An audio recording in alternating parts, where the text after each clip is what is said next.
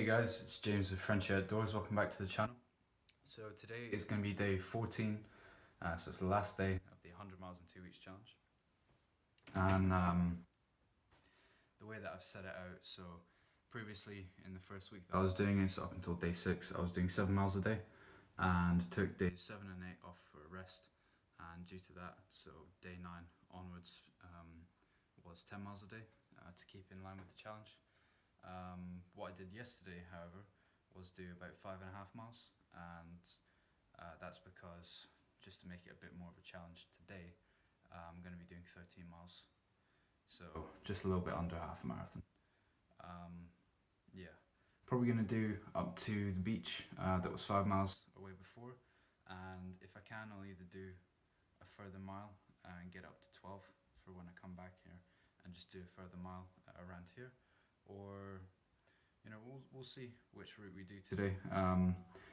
It's quite sunny, so it's getting a bit hot. But yeah, we'll either do that route, but there was quite a lot of pollen there, so I was pretty suffering at that point. So I might do the forest route and one of the more urban routes, just to save myself on that. Still be doing 12.5 to 13 miles though, but I'll see about the routes and I'll keep you guys updated as I go along. Enjoy the video.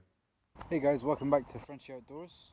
So today what I'm going to be doing is just a little sort of a summary. It's been quite a few days since I did the 100 miles in 2 weeks challenge. But yeah, this is just going to go on to the end of the last day's videos. Yeah, sorry about that. Yeah, so it's going to go into the end of the last day's videos, and what I'm basically doing, I'm just in my hammock right now, and I'm going to be counting up the mileage that I did each day. So I've just got a little notebook here, and I've written down everything from the records on Strava. So as I said in the start of this challenge, so if you go back at the end of this video, you'll see on the playlist, and you can see the whole thing start to finish. You can see me suffer. But yeah, so first, was it 6 days? I did 7 miles a day. So day 1 through to 6 was 7 miles exactly. But then, if you watch the whole thing, as you would know, I took days 7 and 8 off, just to rest my knee, and then from there I had to up it to 10 miles a day, so 9.5, but 10 I did just for a bit of fun. So day 9 was 10 miles. Day 10 was 10.58, and 11 was 10.13, and so 12 we had 10.12. And then I took a little bit of a change. So on the 13th day, so the day before the last day, I did 5.5 miles so that I could sort of work it out to be a half marathon on day 14 when I finally finished the challenge. But instead of doing the half marathon, I ended up doing 12. And that was basically due to time constraints and the fact that I sort of calculated out roughly in my head and realised that I didn't have to do 13.1. So there's that as well. And even so, I've added it all up here, and I ended up doing 110.34 miles. So it was 110 miles in 2 weeks instead of 100. So it's just a bit extra miles, so I'm happy for that. I'm going to be doing the Fife Coastal Pass, so the whole thing. That's a plan of mine.